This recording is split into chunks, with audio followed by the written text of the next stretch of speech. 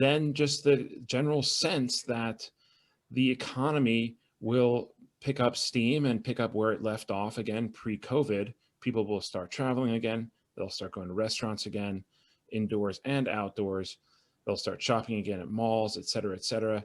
And with the Fed in very loose monetary position, all systems should be go for risk assets. But you are not quite so sanguine on the big picture. Tell us why.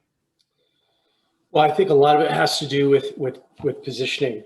You know, when you looked at how the market was positioned right in front of the election, there was so much protection that was put on that the rally really came from, because we didn't know for certain, as we know what's going on in Georgia right now, that we don't know for certain quite, that there is gridlock in Washington. There was just so much protection put on.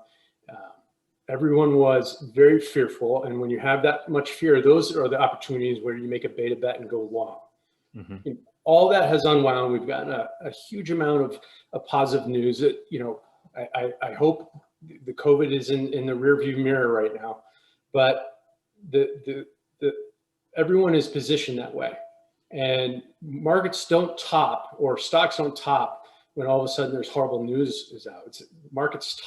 Stocks top when everyone is already invested, and we're nearing those levels right now. If you talk to a lot of the prime brokers at the largest primes right now, gross and net are at historical highs. And while in the late 90s, it was like that for a long period of time, and the market still rallied. When it unwinds, when everyone's so levered up and so long, it can happen so aggressively that you have to be more reactive, or be more proactive rather than reactive, and position yourselves and use the next opportunity. So for us, we actually think that there could be another 5% move to the upside in the S&P, but we're looking to use that as an opportunity to bring our net down and bring down our gross exposure. And who knows what it could be.